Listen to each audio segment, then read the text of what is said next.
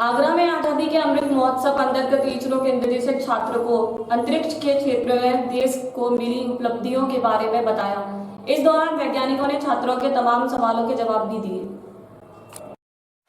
Doctor Bhimrao Ambedkar विश्वविद्यालय के विज्ञान प्रसार महोत्सव में खंडारी कैंपस में विज्ञानियों ने वैज्ञानिक क्रांति की जानकारी दी। छात्र छात्राओं ने यहाँ प्रदर्शनी से भी ज्ञान अर्जित किया। आपको बता दें कि institute of engineering and technology Khandari परिसर में आयोजित कार्यक्रम में इसरो के निदेशक डॉक्टर बीके भद्रा ने हरित क्रांति, श्वेत क्रांति, सैटेलाइट, कम्युनिकेशंस एवं वैक्सीन में हुए शोधों और नए आविष्कारों के बारे में जानकारी दी। इसरो द्वारा लॉन्च चंद्रयान और मंगलयान की सफलता के बारे में भी बताया। इसरो की उपलब्धि सबसे ज़्यादा है इस साइंस एंड तकनीकी का जो उपयोग है। आप जानते हैं कि अंतरिक्ष विभाग ये 1963 में ये बना है। इसके बाद से पहले जो सैटेलाइट उपग्रह चित्र जो हम उपलब्ध करते हैं ये रॉकेट के जरिए और उसमें जो अलग अलग तरह के सैटेलाइट्स हैं, इसकी जो उपलब्धि है 1975 में हमने फर्स्ट सैटेलाइट लॉन्च किया था, दैट इज कॉल्ड आर्यभट्ट। ये सैटेलाइट लॉन्च करने का दैट इज सक्सेस। हम अपनी ही मिट्टी से, अपनी ही तकनीकी से उसको लॉन्च किया। इसके बाद से 75 से करीब 95 तक 20 साल तक और भी कई सारे सैटेलाइट हैं, लेकिन आज हम विश्व के जितने भी डेवलपिंग कंट्रीज़ हैं, जो अमेरिका, यूरोप, चाइना और रसिया, इसके समकक्ष हो गए। तो एक एक उपलब्धि को आपको गिना दूँ। जैसे हम अभी आप जानते हैं कि सबसे बड़ी जो अभी होने वाली है इसको गगनयान। गगनयान ऐसी है जिसको ह्यूमन जो एस्ट्रोनॉट्स हैं, इनको हम कैसे पृथ्वी की सरफेस के बाहर हम भेज सकते हैं, स्पेस में भेज सकते हैं और इसको कैसे आपस लाया जाए, ये बहुत बड़ी उपलब्धि होगी। इसके लिए कई तरह का एक्सपेरिमेंट हो चुका है, ये होगी। और अभी आप जानते हैं कि 14 फरवरी को हमने एक सैटेलाइट लॉन्च किया था और उसके साथ में सिर्फ हमारा जो मकसद है, सिर्फ हम अपने सीमित नहीं है, हम जितने भी छात्र हैं, मतलब जो स्टूडेंट्स हैं, खासकर इंजीनियरिंग के छात्र हैं, इनको भी प्रोत्साहन देते हैं। इसमें स्टूडेंट सैटेलाइट्स भी हम लॉन्च करते हैं। और आप जानते हैं कि हम अभी तक सबसे वर्ल्ड में सबसे पहली बार है जो 104 सैटेलाइट लॉन्च करने में सक्षम हुए थे। तो इस तरह से remote sensing satellite, communication satellite, navigation satellite, हर क्षेत्र में हम ये जो उपलब्धि है पिछले 20 सालों में हम ये उपलब्धि कर चुके हैं।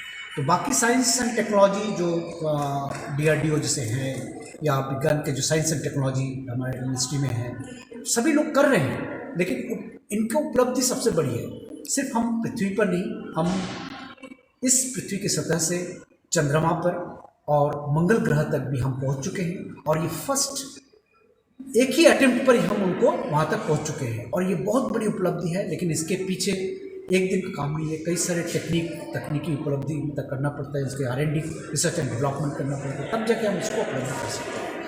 अभी हमारा अगस्त में एक और हम चंद्रमा में रॉकेट भेजेंगे और वहाँ पर उसकी तस्वीर लेंगे, उसके अध्ययन करेंगे।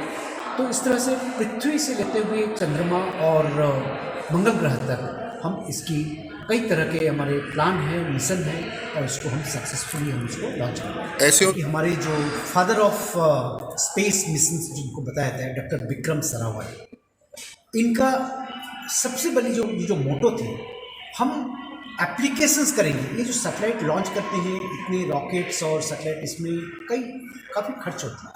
इसका उपयोग जो है सोसाइटी, मैन एंड सोसाइटी पर होना चाहिए, सबसे बड़ी उनका यही है।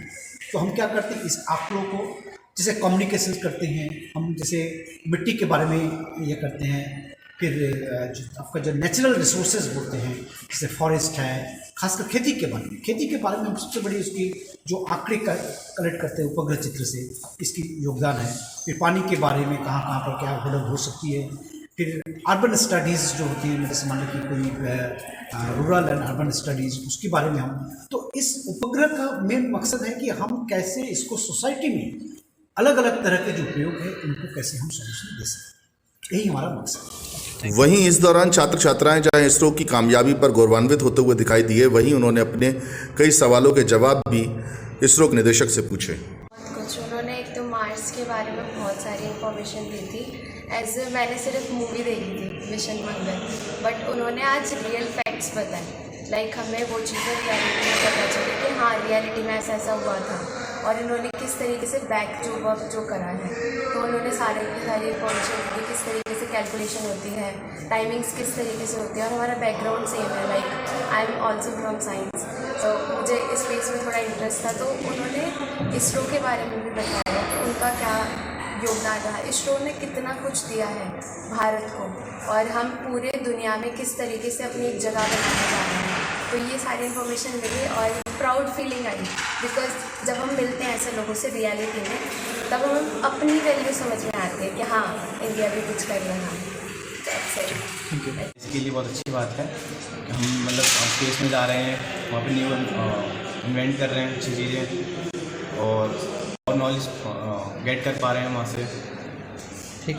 सर ने काफ़ी सारी जानकारी बताई, जैसे कि हम GPS सैटेलाइट जो हम यूज़ करते हैं उसका सर ने रेंज बताया कि हम पहले 5 to 6 मीटर थे, मतलब जो हर कम करते करते 30 to 35 सेंटीमीटर्स रह गई जो अर्थ सैटेलाइट से अर्थ तक की होती है। सर ने बताया कि हमने इसरो में जो सैटेलाइट है वो कैसे काम कर रही है, उसमें हमने वाइट पैचेस मतलब जो हम उसमें लाइफ सस्टेंस देख रहे हैं कि कैसे हो सकता है। सर ने हमें काफ़ी सारी जानकारी बताई और उसमें सैटेलाइट्स के different types of satellite, different types of working बताई सर ने सैटेलाइट्स की। और अभी सर ने मतलब मैं तो मेरा खुद का जाने का इसमें एम था इसरो में।